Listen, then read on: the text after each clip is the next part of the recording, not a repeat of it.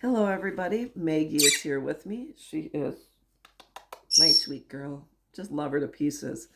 But we're here to give you some advice on what to do if your son or daughter disconnects and you don't know what to do for holidays, birthdays, etc.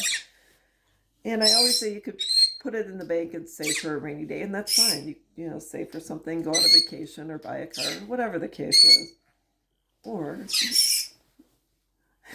if gift giving is one of your love languages, and you think, well, I love to do for my kids and I love to see them open gifts and celebrate holidays and all that. Well, I'm going to tell you how you can bless others along the way, which in turn will bless you. So there's a song by Michael W. Smith that goes, love is not love until you give it away. And it's absolutely true. And if giving gifts brings you joy, as much as it brings me joy, I'm going to suggest just simple suggestions. Let's say your holiday budget is $500 per child, or it's $50 per child. It doesn't matter how much it is. It's material wealth is not important. Well, let's just say you can afford $5 per child. What I want you to do is I want you to carry that $5 in your wallet, and I want you to bless someone else. For instance, I was in the post office the other day, and behind me was a father-son, and the little boy was probably about 6 years old, and he was going to get boxes at the post office, and I said to his dad, what does he use the boxes for? He says, oh, he uses the boxes to organize his things and to make different whatever. And I said, oh, that's really cool. So we ended up chatting, and I was talking to the little boy, and he was so sweet. He was so cute. And as we were walking out, I pulled the $5 out, and I said to the little boy, here, I want you to decorate your boxes. And I said, not too far from here is the dollar store, and if you stop there, you can get stickers or glitter or whatever.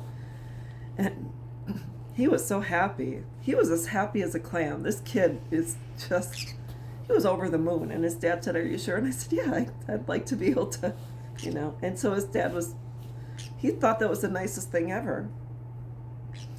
And another thing you can do is when you go out to eat and you're dealing with a server, especially someone who's older, who may have to work that extra job just to pay for groceries, if you have an extra $20 in your pocket, even on a $10 bill, let's just say you go out for breakfast by yourself and you're sitting there and you have really good service.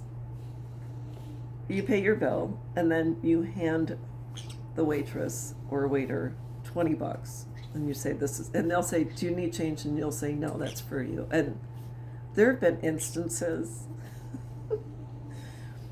where people have started crying.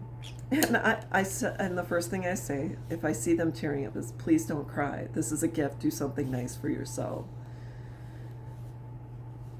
All I can say is simple acts. $1, giving a child $1 when a kid's standing in line with his mom and he's being really good or really well behaved, and it's around Mother's Day. You can say to that little boy, here's a couple of dollars, do something nice for your mom, and they get so excited. So know that even if you cannot give to your children and grandchildren for the holidays and their birthdays and this and that, Mother's Day, use that money to bless other people. I tell you, people are over the moon.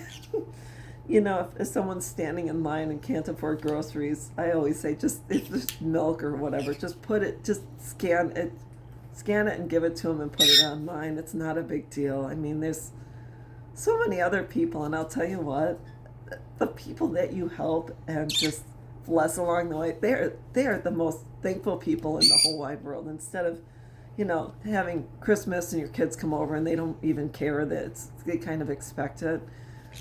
Give to other people. I'm telling you, give to those in need. Even just donate to homeless veterans organization or to a hospital that saves children's lives. I'm telling you, there's so many things you can do. So anyways, that's all I've got, and I will be back.